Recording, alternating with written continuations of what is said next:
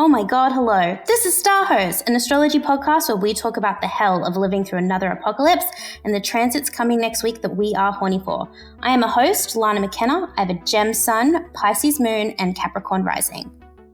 I'm Matt Dragonstone. I'm another host. I have a Taurus Sun, Sagittarius Moon, and Taurus Rising. And I'm Larissa Kesby. I'm your final host. I have a Pisces Sun, Leo Moon, and a Libra Rising, and we are so excited, so let's get into it. Let's do it. Oh my god.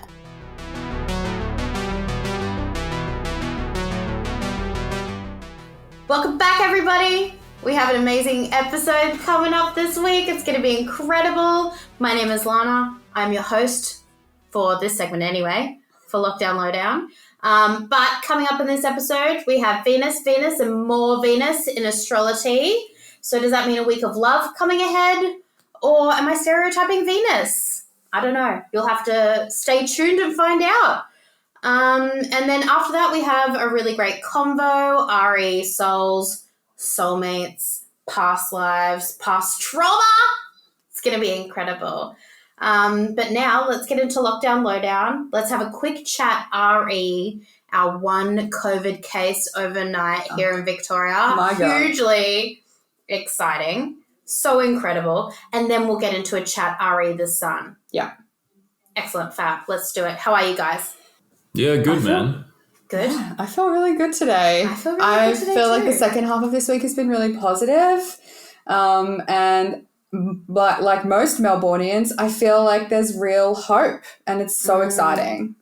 Yeah, I agree. I didn't actually think that we would get to this point. Neither. But it's really exciting. And if he doesn't open retail up tomorrow, I'm going to light my house on fire.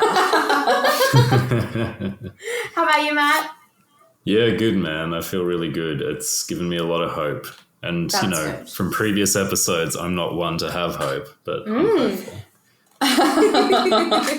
I think I've definitely, let's speculate because it's we're recording this on a Saturday and obviously our little mate comes up tomorrow to either, reveal our hopes and dreams coming to light or dash them. We'll find out. So let's speculate. I've heard on the grapevine that they're looking at a 20K radius. Yes. Extending it to 20Ks from 5. How do we feel about that? Look, I think it'll be more. Oh, do you think so? You think it'll be more? Yep. Oh, What do you reckon? I don't know, man. I think they might just go, you know what, fuck it. If you're within Melbourne's city limits, just go wild, guys. Metro. Because, they made that 20K announcement when we had like 7 or 8 cases, I think. And in the past 2 days, we've gone from like 3 to 1. So it's, it's good news, man. It is really good news. Yeah. It's incredible. I just really hope that they open retail because I want to go to Kmart. Shopping, gown. I'm sorry. I really just Me want too. to I live 2 minutes from High Point. 2 minutes from High Point. And I look up at Uniqlo and Sephora and Country Road and Apple lovingly and I'm like, I see you as I'm standing out the front of Woolworths. Also, have you seen that meme? Who is it? It's that comedian, Andre. What's his name? Eric Andre? Oh, yeah. Yeah. And it's like, let me in. And he's at the gate. That's literally like us out the front of Sephora. I think it's good. I think it's like if a lot of people want to go shopping, a lot of people want to go to restaurants, they want to re-stimulate our economy. Hopefully job growth will start to happen and we can have a real nice summer, Yeah, I agree. And I feel like we're just going to be picnicking after work every day. Oh, my God. Me too. / lunchtime during work, maybe. Who knows? So funny. So Well, funny. we could record next week potentially. We could all record together. That would be huge. in the one place. That would be. I've forgotten what you guys look like. If I'm being honest here. Oh, totally true. We haven't seen you since May. Yeah. It's October. Hot dog. It's been real, man. It's been You won't too believe real. how fat I've gotten. Please shut up. I'm actually in menopause at the moment. So, if I even look at a piece of chocolate, I gain 5 kilos. And let me tell you, I've been doing more than looking at chocolate. So don't worry. We will all be. Yeah, I think everyone. Yeah. I saw someone from completely diverging. I literally saw someone from my building that I haven't seen in 6 months. Yeah. Genuinely, he looks 10, 15 kilos heavier. And I was like shook when I saw him. I was like, oh my God, that's why I haven't seen him for 6 months. But I think there's, no judgment. It's been hard, and however you cope with it is up to you, girl. That's your business. Are we ready to get into the sun? Let's get into the sun. Okay. So last week we had a really great chat. RE rising signs, we got really great feedback from our beautiful listeners that they really enjoyed it too. It wasn't too heavy, which is great. So I thought, well, not just me, we thought we'd start working our way through the solar system, starting with the sun. So what do we know about the sun? It keeps us alive. It's hot. It's literally on fire. Yeah. It is the center of our solar system, and it is full of hot air, just like me. A huge diva. So our sun sign is generally the first sign that we learn about when we dip our toe into the deep, beautiful pool of astrology. And there's a reason for this. So in the 30s or something, this guy, I think he was an astrologer. His name was R.H. Naylor, and he needed to develop a system of Astro that would work for newspapers. So something short that would fit in a column. And he tried a few different components. Mm-hmm. It didn't really work, but the sun sign worked really well. And that's why now we kind of all have mainstream astrology. Do you know what I mean? Through the sun sign. Yeah. Can you believe that I did my research this week? Good work. So it's also Thank you. It's amazing. Thank you very much. But and it's so it's the first thing you learn about. So it's the first thing you identify with. So when you're an astro, pre-baby, whatever that might be, fetus, you're my whole life I was I'm a Pisces, I'm sad, I'm dreamy, I'm introverted. And none of that's true. So it's really it's really interesting once you get in there, but it is the thing you identify with first. Yeah, absolutely. It's a great gateway drug into deeper astrology. Yeah. For sure. So just some quick facts around the sun. So it also rules Leo, the sun sign, Leo. Yeah. And if you know a Leo, you'll have zero surprises there because they definitely believe that they are the center of the universe, which is simply not true. Sorry about it, but it's not. And the sun represents lots of other things as well around our identity and who we are. So it's our conscious ego. I read this on Cafe Astrology. Here we go. Matt's going to be happy about this. I actually really it really resonated with me. So the sun represents the adult who reasons with our inner child. Do you agree, Matt? Broadly, yeah. Yeah, God, yeah. That totally resonated with me. I loved it. It also represents who we grow into, our personal power, pride, our leadership qualities, but also principles around creativity, spontaneity, health, and vitality. So if we're in line and resonating with our sun, it means that we're really purposeful, driven, proud, creative, all of those sorts of things. In flow. Yeah. So totally. Cool. Yeah, I agree. I just think it's really cool. Even though with our sun signs, it's generally the thing we think we know the most. Yeah. So we don't spend a lot of time on it. Yeah. Because there's obviously so many other cooler parts of astrology to dig into. Yeah. But I really enjoyed learning more about the sun this week, and also where it's placed on your chart is really cool. Significant, yeah. Yeah. So our sun sign represents how our sun best expresses itself. So mine's Gemini, so that's how I acting like a Gemini is the best expression of my sun. Mm. But where it's placed in your chart is where we shine. Mm-hmm. So I thought that was really, really interesting. So my question this week is, what is your sun sign? What house is it in? And how do you channel that? Whoa. Yeah. I also want to deviate just a little bit again. I'm feeling I want to derail us today. I really want to demystify and demyth cusps with your sun sign. So I'm going to I really want to talk to you specifically about this, Matt, because for a long time, when I was just learning about Astro, I used to be like, oh, I'm the 22nd of Feb, so I'm super Aquarian in some of my ways because I'm basically an Aquarius as well. But I'm a goddamn Pisces. So I would love to Matt, if you could help us demyth the cusps because I thought they were real for so long. Yeah, that's cool, man. I don't believe in cusps. I don't use cusps. And I think that if somebody has a sun sign that's very close to a cusp with another sign, then it's more than likely that they have other planets that are in that next sign, which may explain why their personality expresses both of those energies. Yeah. But cusps just don't work. I mean, are the heart and the lungs the same because they're next to each other? Yeah. Oh my God, that's such a good analogy. Great analogy. Yeah, the ecliptic, which is how we use the zodiac, which is the path that the sun creates as it crosses the sky, is divided equally and mathematically, which is really important, into 12 equal segments of 30 degrees each. And so 29 degrees Aquarius and 0 degrees Pisces are just two different things. There's no energetic difference between the two, because when we're talking about the sun and cusps, we're talking about 1 degree of difference, which seems like not a lot to us when we look at a circle on a page. But in real terms, because astrology is based on the revolutions of real planets as they appear to us on Earth, that distance is huge. It's many millions of kilometers. It's different. And the energies are different. And I've met 29 degree Aquarians and I've met 0 degree Pisceans who some years are born kind of on the same date if you look at different years, because we base the ecliptic on the equinoxes. And they're different. The energy is different. They're identifiably, and the feeling is different between an Aquarian and a Piscean. And it's so interesting because identifying as Aquarian, most of my life as well, I literally have nothing. My chart has 0 Aquarius.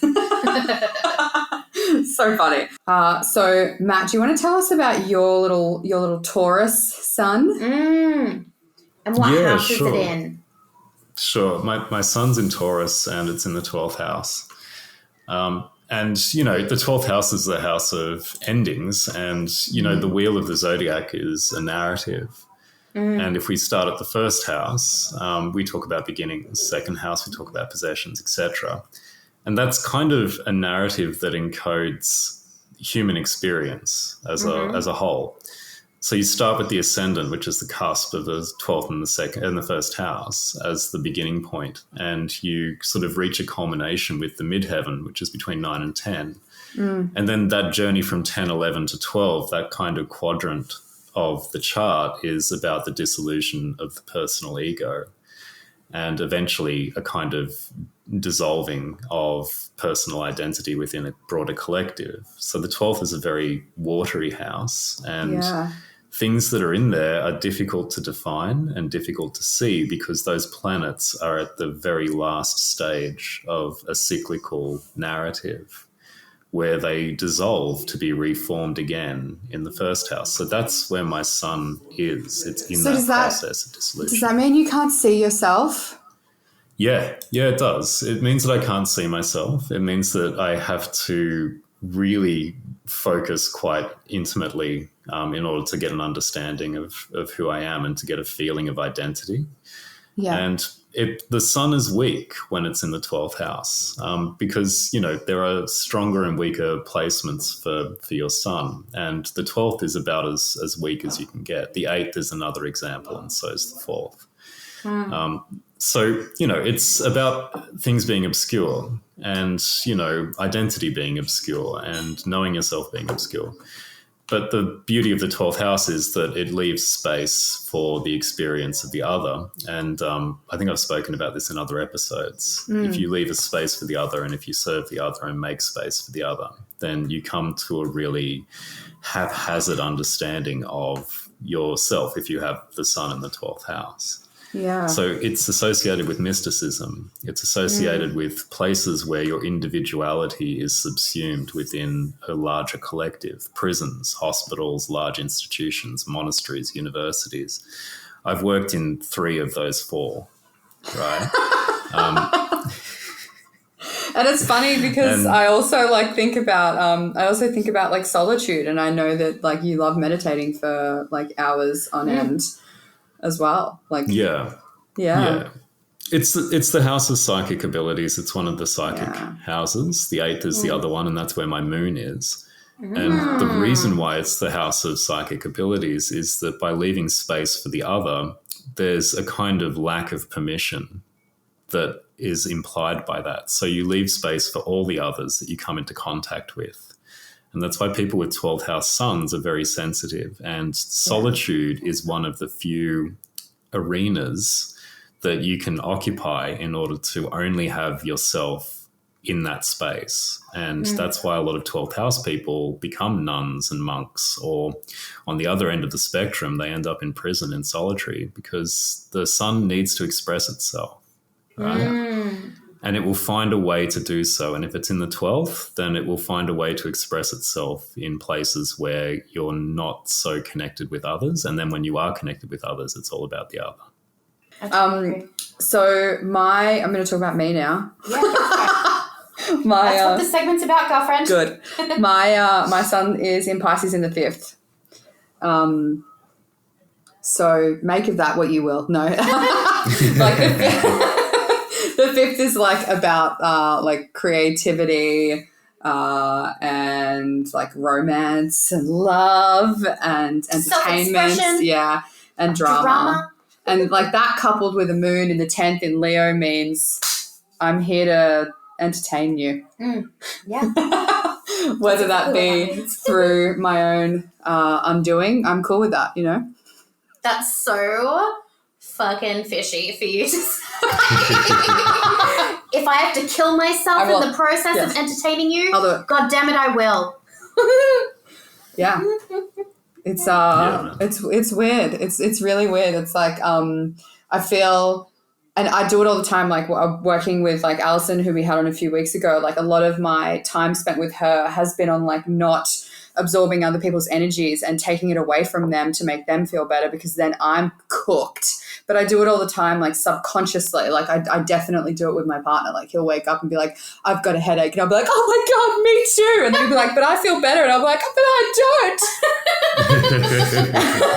Like I do it all the time. And because I'm so good at it, like I'm this sponge. And I think it's like from childhood, being the eldest of 4 girls, wanting to protect them and look after them. Like it all, like everything lines up to me just being this person that will, you know, step in front of a truck for you if that means you're going to be okay. So that's my journey, learning how to like balance that and also like not be as dramatic about it, I think. Really so yeah, it's very interesting. I think that's cool. What were you it's a going to say? beautiful house placement. It really is. Yeah. You've got it too, Lana, and so does Joe, actually. No way! Yeah, she's a 5th houser as well. I'm really so fascinated by the 5th house. Yeah. Me too. But is that where your sun is, Lana? Yeah, mine's in the 5th house too. Yeah. So, yeah, 5th house Gemini, and I think I also have Mercury in there as well. But, yeah, like I remember the first time Matt ever took me through my birth chart, like at the very end of a very long session.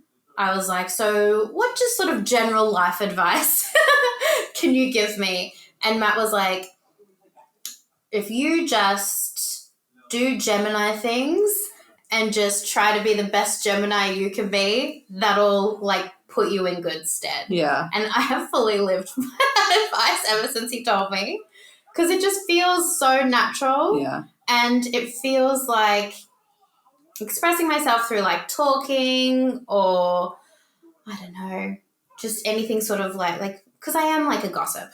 Love gossip. I love it too, especially when it doesn't concern me or impact me in any way. Yeah. So delicious. Yeah. Goddamn. Can't get enough. But yeah, I definitely try to channel like the best parts of being a Gemini. And I do find that that's a very natural fit for me. And if I feel like I can't express myself via talking, I actually feel like someone's trying to kill me. That's not dramatic at all. like when I was growing up, right, my dad, obviously, because he had 6 children, we were all very close in age, all 2 years apart. I was the oldest. Like, our house was fucking crazy. Like, it was very, very hectic. And God knows my parents definitely tried and, you know, did their best and stuff. But Dad was just like very controlling. That's how he tried, because he's Taurus. He tries to control things that are obviously outside of his control. Yeah. But that's how he tries to make sense of the world, right? And for me, like, I think he said to me one time, he was like, you don't have an opinion until you're 18. Whoa. And I was literally like, I'm fucking out of here. You can't muscle me. Oh, it was... even now today, I have like a visceral response to even just that memory. Yeah. Because I'm just like, imagine saying that to me. It's funny, you literally said to me this week that you had a dream about being silenced. Yes, I did. It's nightmare. Yeah. Oh. Wow. Yeah. I think what Matt has said to you about like living through your sun is good advice for everyone, right, Matt? Like, the more aligned to your sun sign you are, the more aligned you are to your soul. Yeah. Well, the sun's the master of the ship, kind of, right? Depending on which metaphor you want to use, the sun's in control. And, you know, even from the earliest times of humanity, people have worshipped the sun as a symbol of the ultimate godhead, right, of divinity. And the sun in your chart represents a tiny shard of that divinity that is incarnated in you. And that's it, right? So that's why we talk about reason when we talk about the sun, about it being the adult that reasons with the inner child.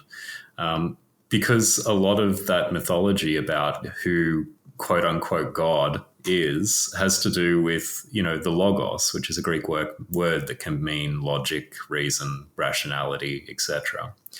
So it's ultimately divorced from emotion, and that's where the moon comes in.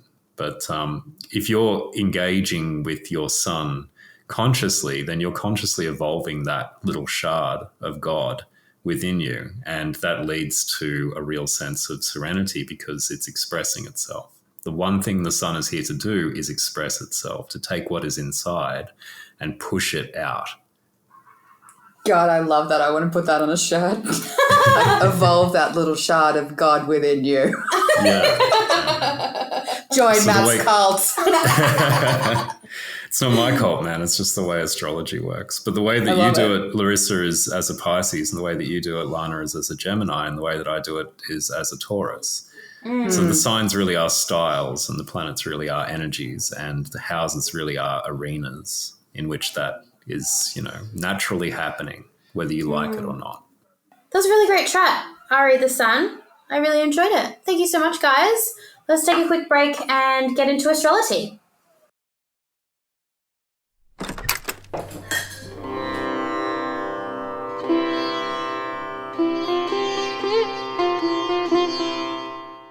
Welcome to AstroloTea. I'm Matt Dragonstone, and this week is just lovely. On Monday, Venus in Virgo trines Jupiter in Capricorn, and then on Thursday, she has her way with Pluto, also in Capricorn, and then on Sunday, it's time for crusty old Saturn, also in Capricorn. This week is all about Venus softening 2020. Mark my words, guys, this is going to be the week that really gives us some time to ourselves, makes us all nice and chill, and things will not seem so bad by the end of the week. Also, it's fucking Scorpio season. Isn't that It's Matt season! Yeah! Who loves that? So, if none of that makes sense, that's totally okay. The point of this segment is to break it down, just take it easy, talk about it, and get some value out of this, possibly one of the best weeks in 2020. Whoa. It's a big call. Let's channel Venus. Let's be Venusian? Venetian? Yeah, man. Venetian. Fucking hell, Larissa. Okay, sorry. No, it's Venusian. Venetian is from Venice. Oh, Venusian excuse me. is of Venus.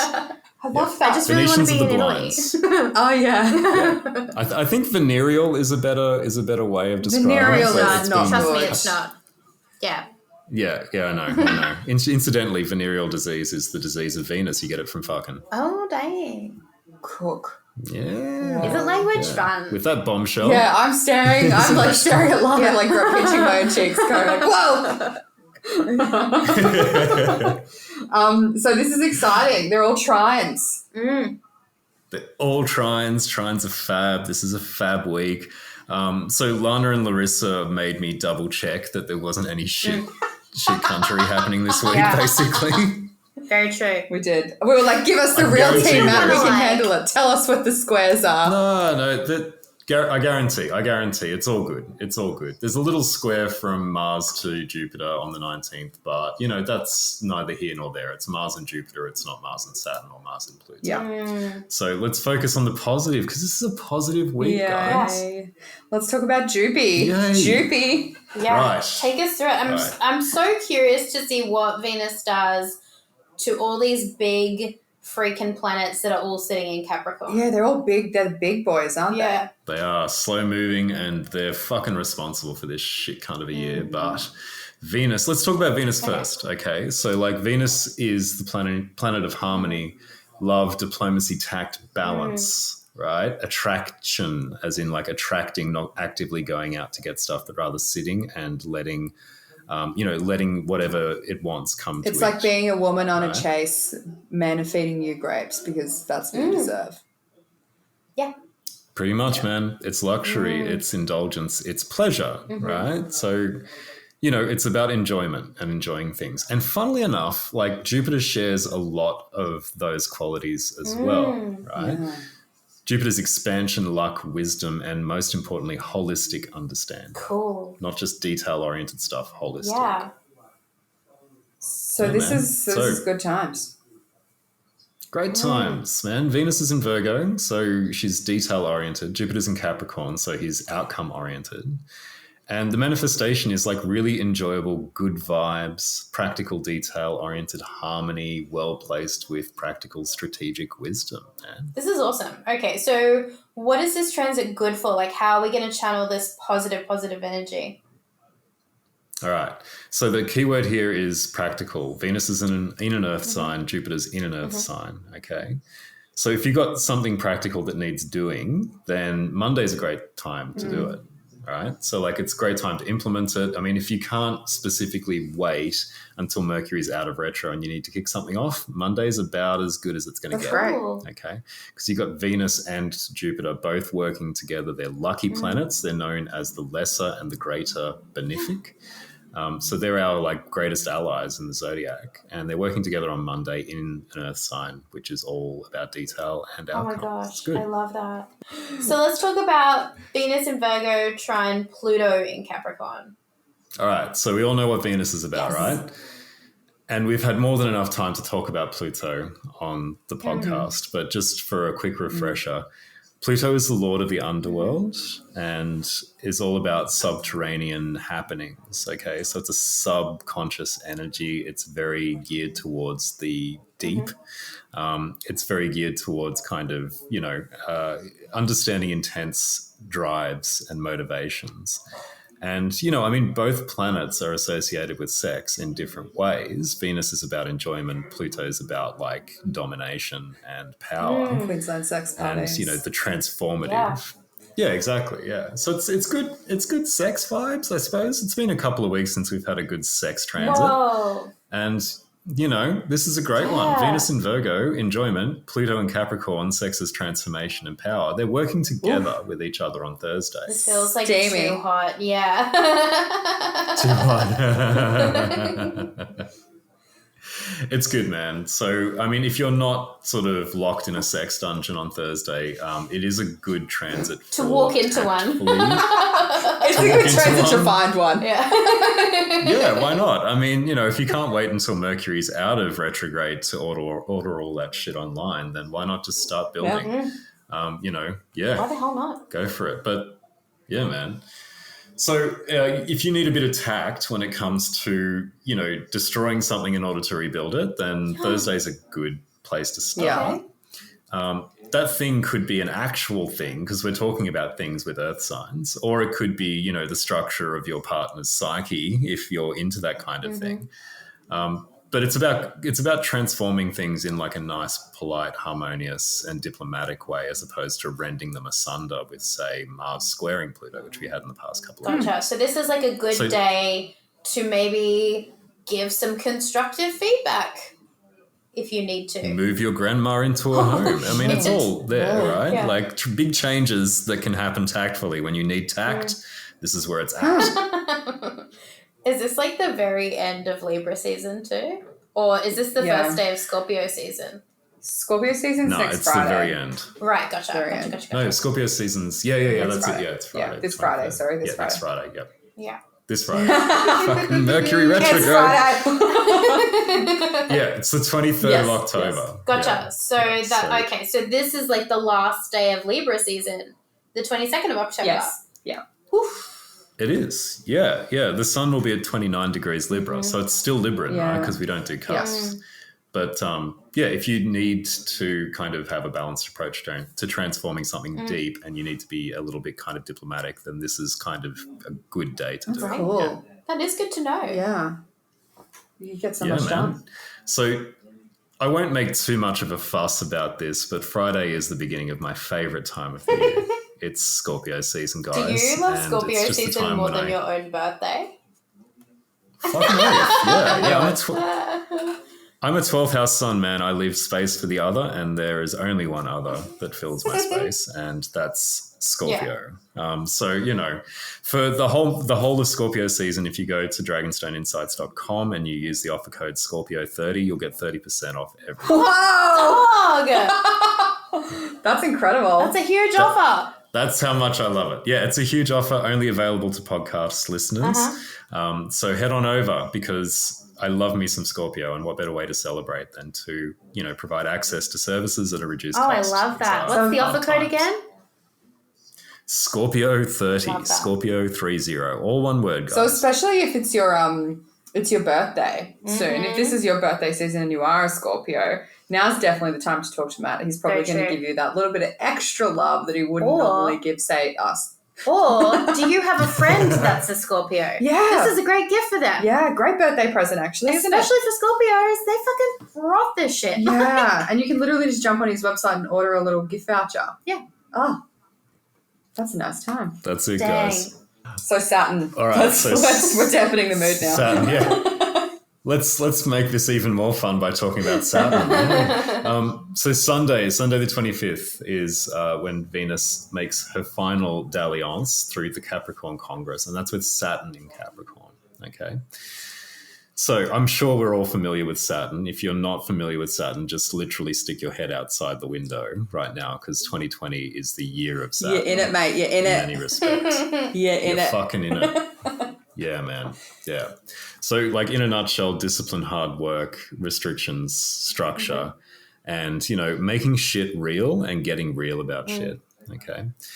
So Venus is in Virgo and she's making that trine with Saturn, who's in his home sign of Capricorn. So if you need to exercise a bit of balanced caution, if you need to have harmonious optimism based on fact, and if you need precisely the right amount of everything, then this is the transit for you. So like what I'm hearing here is like if I wanted to do something for myself, further myself maybe with my work. Okay, so let's just say I want a pay rise and I want to like further myself. Is Friday a good day for me to ask for that because I can put myself forward and everything's right for that without making anyone like question it? Yeah. Okay. I'm asking, not kidding. Yeah, it's a great example, man. Yeah. Great example. Okay. Yeah. Saturn's authority and bosses and, you know, the kind of fatherly aspect of authority. So if you need to petition authority on Sunday is a great time because Venus will help you out by making all facts and details beautiful and, you know, allowing those to help your case. Wait, basically. is this a Sunday? The This is 25th Sunday of transit. This is next Sunday. Yeah. Oh, Dan could be out and about releasing us more into the wild Holy crap. a week later. Yeah, I heard he's personally going to unlock everyone's front Oh door. my God, what a guy. Applaud He them. should. and applaud them and give you a ride into town on his gigantic Dumbo. Could you imagine? And just hand you a crisp lobster, just $20. Just like, sorry. Here's $20 for your troubles. Yeah. That's so funny. Yeah. I wouldn't be surprised though. Could you imagine if he did do something like that? Yeah. All the people that are like, What if he's like stimulus package, everyone gets $500 cash, every Victorian. Oh my God. Every Metro Melbourne person. just for like what you've been through. Yeah, now go stimulate our economy. economy. Alleviate some of the PTSD of the year. Yeah. That'd be wild. Oh, man. I'm going to buy so much Coke. That's one way to stimulate the economy. It is Scorpio season, so Yeah. that's a good thing to do. That's it. If that will help you transform, go for it. Get it done. Wow. Wow. It's going to be a great week. I feel really good. I feel really positive. I'm excited. Mm-hmm. Cool. All right. Well, sis, that's the tea. I'm Matt Dragonstone, and arrivedercis. Arrivederci.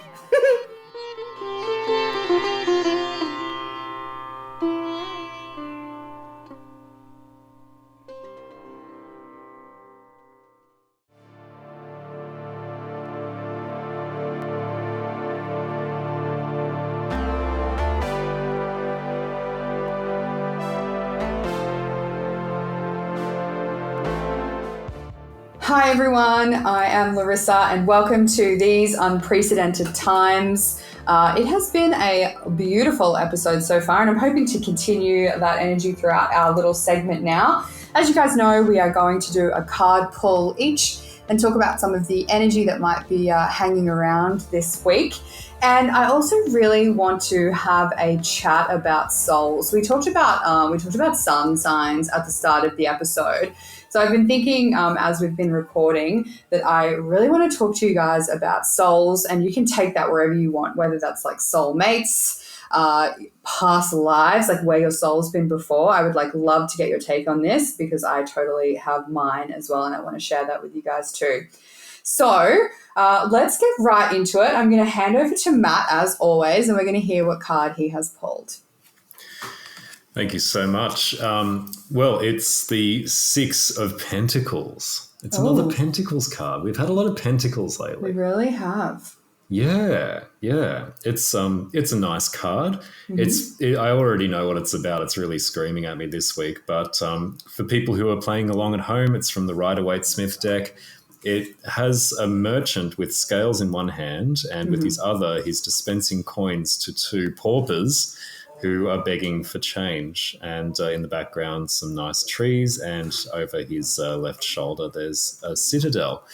And I think that this is really about freedom and the dispensation of money amongst the economy and getting back to it. So I think that our merchant, our economic manager, Dang Andrews, is going to let us out. I'm really feeling positive about tomorrow, which when you listen to this will be in the past, but it's in the future now, and it's good news, I think, man. We're going to get some money moving. Yes. That's awesome, Matt. Beautiful. When we say pentacles, you're the one that's been pulling them the last few weeks, which is very cool. Really? Didn't someone pull 10 pentacles or something? 10 Not me, coins? mate. That was you, Lana. You pulled 10 coins. Oh my God, I did. Yeah. Yeah. What does that mean? It's just beautiful. It's good stuff. So what it's did commerce and trade. Commerce and trade, man. Yeah. What did you pull for us today? So I again am using the Keepers of the Light Oracle cards. But today I've pulled Lord Ganesh. Beautiful. Yeah. Oh, super love beautiful. Ganesh. Oh my God. So super gorgeous. Like a peachy, pinky, beautiful elephant. Yeah. Gorgeous eye makeup. Super beautiful brows. Holding a sword and a lotus flower and also a bowl of, they look like protein balls, but I know for a fact that they are not. They're gulab jamun. What is that? It's a sweet. It's the Indian sweet that you get. Oh, Delicious. Yeah, there should be a mouse at his feet too. Sorry, I didn't mean to steal your god. your knowledge of this stuff blows me away everywhere. Yeah, absolutely. So can't see his feet. It is literally from the chest up. Yeah. And he's got a little Hindu sign on his face. Is it Beautiful. Hindi? Yeah. Yeah. So super, super gorgeous. And this is about obstacles being removed and spiritual support and connections are increasing. So this is a really positive card. So the kind of extended message for this card is it's important at this time to move beyond the limitation of it's not meant to be and focus on if this is for my highest good, then the universe will take me there safely. I love that. Wow. Yeah, it's a really positive mindset where you kind of can't lose. And I think that that's really good for today, the day before, we kind of hear from Dan if we're going to be let out of our cages or not. Yeah, so I feel like if we go into tomorrow, and to our listeners, if you're going into something this week that is, maybe a bit tricky or whatever, but if you focus on maybe, the universe giving you exactly what you need and it will take you where you need to go safely, there are no negatives. You are only being pushed towards, more perfection and beauty and all that sort of stuff, then that's what will happen. Yeah. So nice. And the header of that card is infinite abundance. It's so beautiful. I really like those cards. Me too. They're incredible. Awesome. So that's that. So there's that. Good. So I actually am back using my Rider Waite Smith deck. And this week I have pulled Temperance from the Major Arcana, which is really, really interesting. When I am sitting with it and focusing on it, I keep getting that when we are that we all just need to tone it down a little bit. But we just need to be a little bit more balanced, when we are released. And for those people, even in Europe and UK and the rest of Australia, the AFL Grand Final coming up in Brisbane, I just keep thinking we need to take a balanced approach to how we're living our lives in this post-COVID world, in this current COVID world, without a vaccination yet. So I feel like this, more specifically, we need to enjoy the beautiful energy coming our way next week, but also just be aware of not overdoing it, basically. Beautiful. So don't go out and make out with everybody you possibly can. I mean, also don't smooch everybody. Don't smooch everyone. With Venus making all those trines. I know. That's what I mean. Right? That's all I want to do. I'm giving you I'm just giving you the advice I'm being told to give you. Enjoy yourself, just don't overdo it. That's what I'm getting, because we could easily slip back into a state of unbalance. Yeah, definitely. Yep. So yeah, that's my 2 cents. So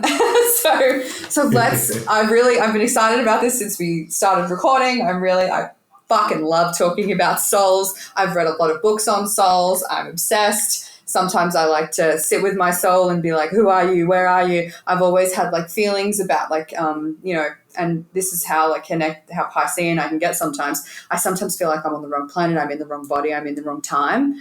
And I've been sent here incorrectly. I am a real weirdo with this stuff. So I would love to hear your take on this. So let's chat about souls. Matt, go. Help me go. No, I want Lana to go first this time. Okay. Oh, okay. I'll go first. Yeah. So at the moment, I'm coming up to my 1 year anniversary since my diagnosis, which is coming up to it. I was really excited. I was I can't believe I'm still here. This is huge news. Hopefully I'm able to spend that day with my family and my friends so that I can make this a happy memory and a happy anniversary, and to really celebrate still being here every year and a real celebration of life.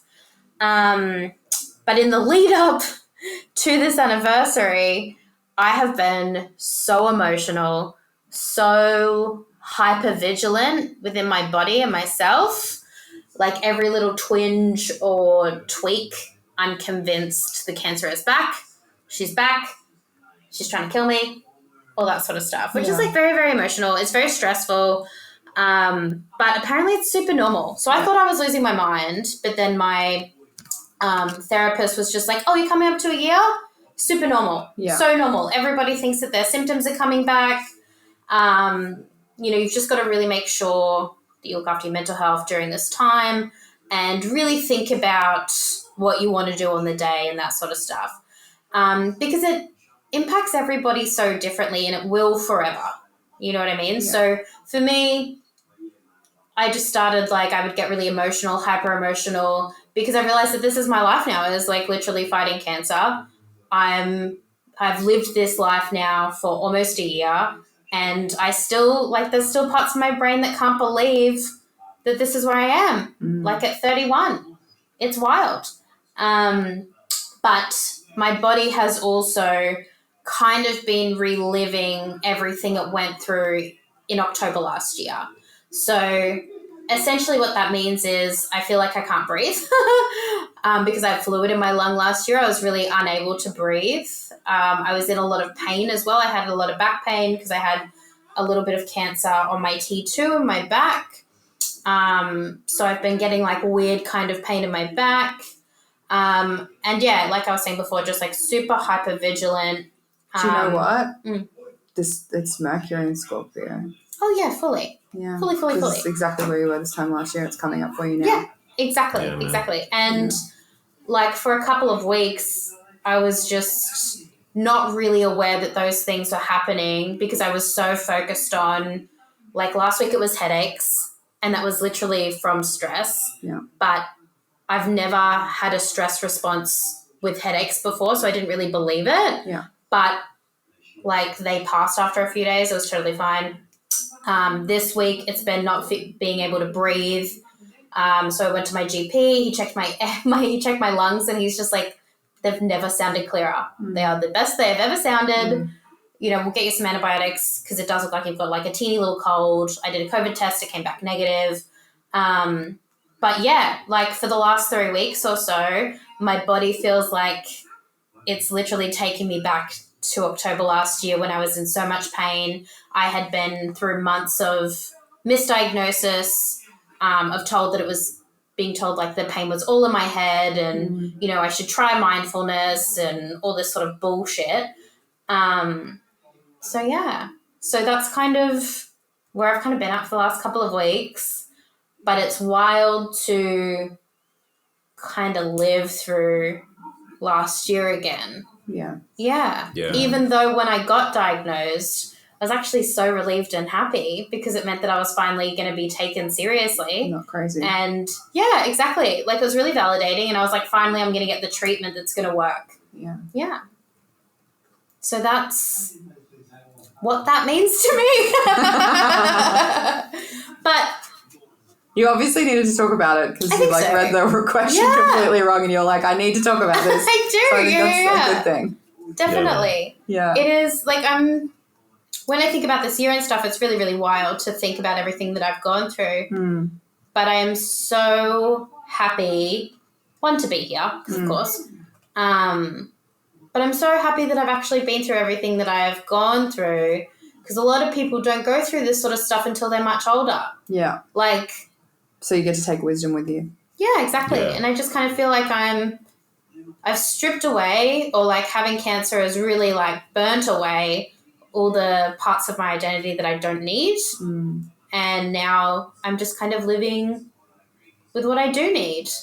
And that's a much more maybe like open, patient kind of gal. It's good. Yeah. Do you think you've got a soulmate with you? Yeah, I definitely do. Are you kidding? Oh my God. So it is very hard to talk about this without crying. But me and Mitch, like... If you cry, I'm going to cry. I can't help it, so you know. I'm not sad. I just can't help it. Very fair. But I met Mitch maybe like a year and a half before I got diagnosed. We didn't even have like a full year together before I started getting sick.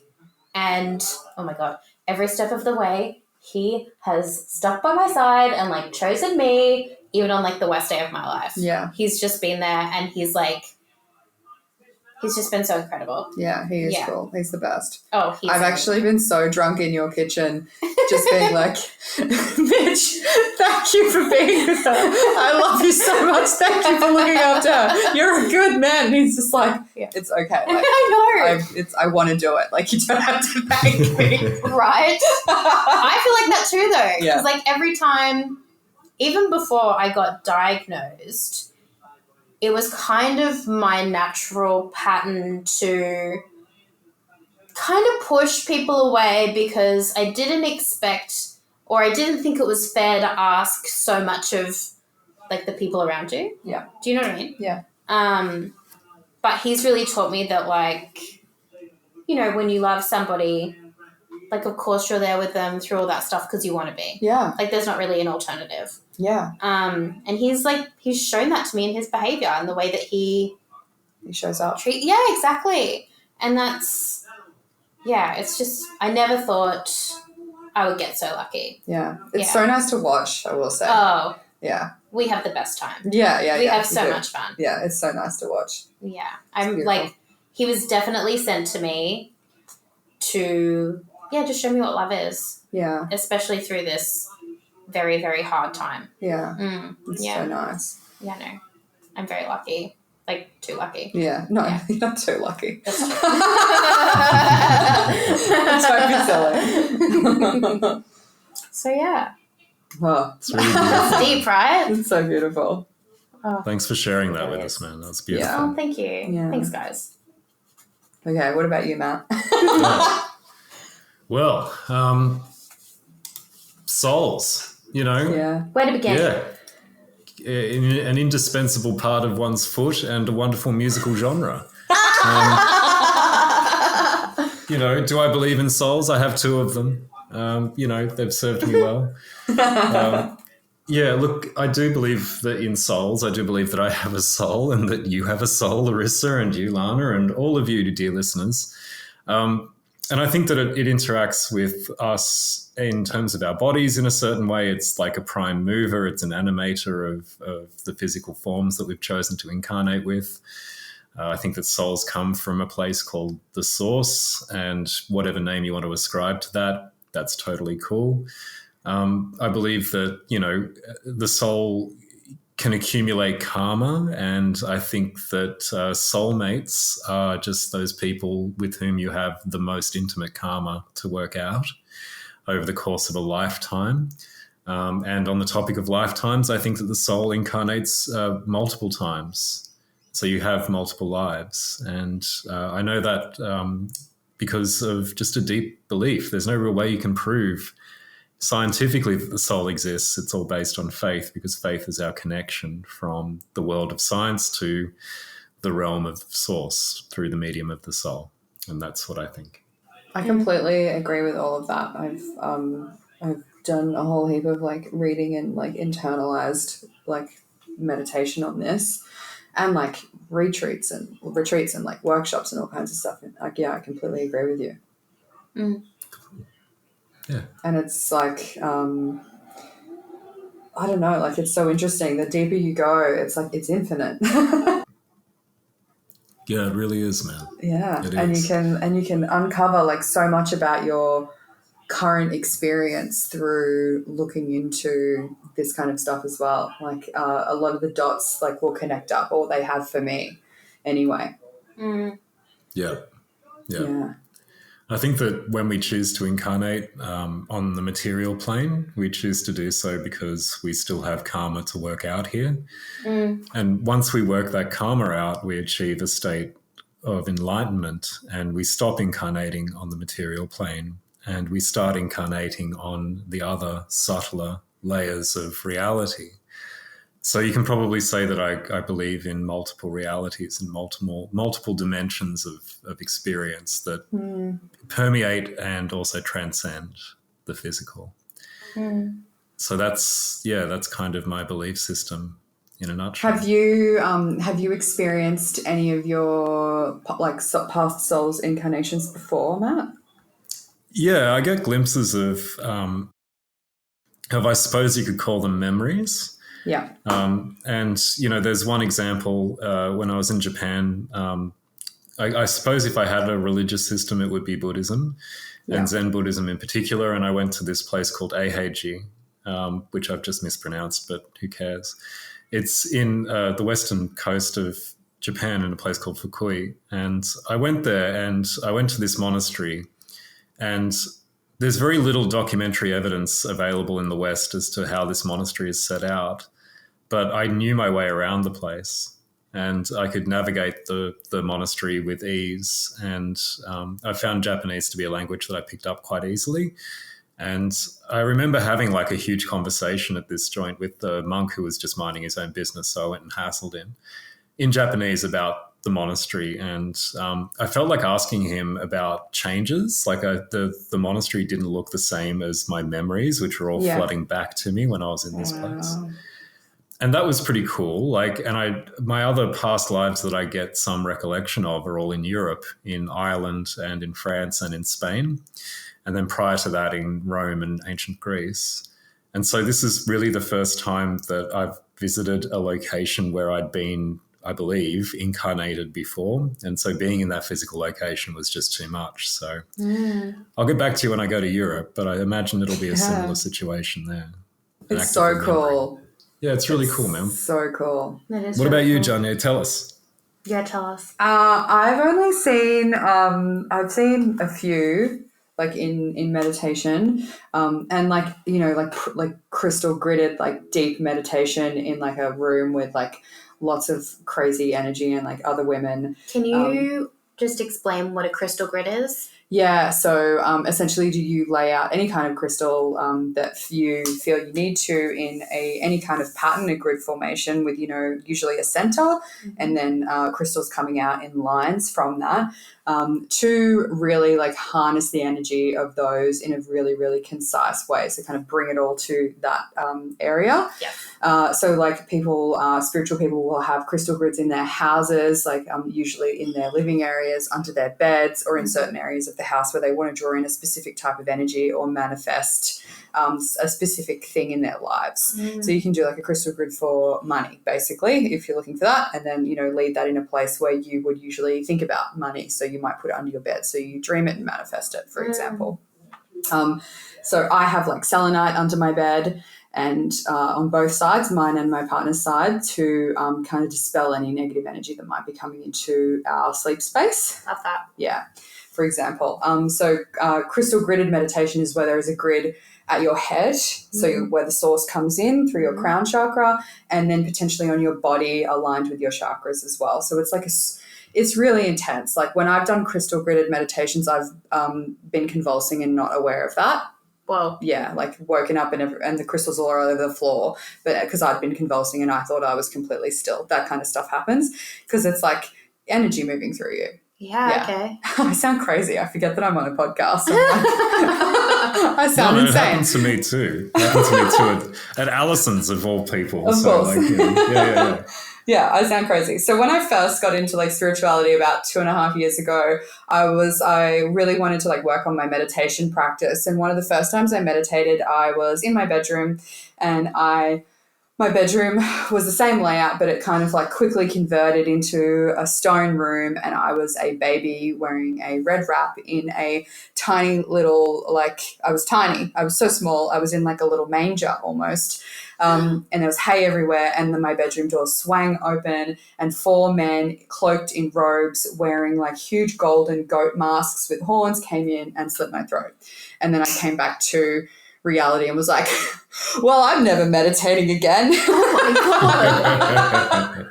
God. And I didn't know if I'd created this or if it was like a memory. So like went and did some work with like Allison on that, and it was a memory. And I have had a few lives where I've died quite young as like a child. So that's so my soul that's why I can come across as being like quite youthful, but also very wise, because, and you know, and my parents are going to hear this, but that's okay. It also means that like I might have karmic lessons to work out with my parents in this lifetime. Wow. Because I've had issues with parents in previous lives. Yeah. So it's once you like start, it's, as I said, it's infinite once you start to get into it, and it's really, really interesting. And I guess you also have to like believe in it too before you start to dig, you know what I mean? Like if you're like, yeah, this isn't for me, obviously you wouldn't start digging at all, because it sounds like, I know I sound insane, and Matt doesn't sound insane to me because I agree with him, but he might to you guys. Oh, I totally get it. Yeah, it's really interesting, and you have to the more you go into it, the more you can connect to yourself and what you're here to do in this life. Absolutely. And that is looking into my soul and looking into my karma that I'm carrying around with me and looking into my past lives has helped me understand that I am here to help people. I am here to heal people, and through that I will be able to heal myself. And that's how I came to that conclusion. Otherwise I may not have. So yeah, it's interesting stuff. It is really interesting. And I feel like before I got into astrology, You would have been like, get away from me. Oh, I fully would have been like, I absolutely would have been like, y'all are high on supply. Get away from me. But through learning about astrology, you learn about like your north and your south node. And that's kind of like where you first learn, or at least where I first learned about past lives and that sort of stuff. And that's kind of like a doorway into, so sometimes your past life can just represent what your comfort zone is in this lifetime. Yeah. And that can also help you find where you're uncomfortable, where your destiny is in this lifetime, through your north node. And Matt, you've really helped me, I guess, kind of understand that in a different way. So I don't think it's crazy. Yeah. You know what I mean? I just think there are lots of different entryways in spirituality. Yeah. There are lots of little doors leading into the same room. Yeah. And it really is the same room for a lot of it. Yes. Like, you know, it is just faith. Mm-hmm. And it is, you know, whether you want to call it Buddha, whether you want to call it God, whether you want to call it source, it's faith that what you need will be provided for you in this lifetime. Totally. Yeah. I just thought of an analogy. It's not good. Okay. You know how like in Buffy, how she was always fighting like the first, or the source, and it's literally just evil in different names. Yeah, of course, just like that. Yeah. I love Buffy. I just rewatched all of it on Stan. I highly recommend. I know. I love it. I love it so much. Yeah. So yeah, I love that. That was a great chat. Thank you. I feel like it got intense there for a little while. So thanks for sticking with us. We got a bit deep. We got very deep. Yeah. Hopefully you still want to listen next week. I will draw your attention to our social post recently, which said that Mercury retrograde in Scorpio is about digging up the past. Yeah, that's so true. That's literally what we've been doing. Yeah. This whole episode. Yeah. Just dig in. Love that. All right. Well, I might wrap us up, guys. Thanks for that. I feel a little bit like I feel a little bit weird. I feel like we got some like really good stuff out. I actually feel like I've cleared a little bit of energy, which is awesome. All right, so new episodes every Monday. You can subscribe on Spotify and Apple or any podcasting platform that you choose to find us on so that you don't miss an episode. And if you did enjoy the podcast, we would love for you to leave us a review on Apple as well. You can also follow us on Instagram at Hello StarHoes. And if you would like to know more about your stars, you can hear it directly from our own little wizard boy, Matt at dragonstoneinsights.com. This month for Scorp season, 30% off for our listeners, Scorpio 30. You can put that code in at the checkout as well. And as we said, buy your friends a gift. You're not going to regret it. But, enlightenment's the best thing you can buy for your friend, as far as I'm concerned. As always, we will also put everything we've spoken about as links in our show notes as well. So thank you so much for listening and hanging out with us this week. We've really enjoyed it. And as always, make sure you continue to be kind and look after each other. We will see you all next week. Thanks, guys. Ciao. Thank you. See ya.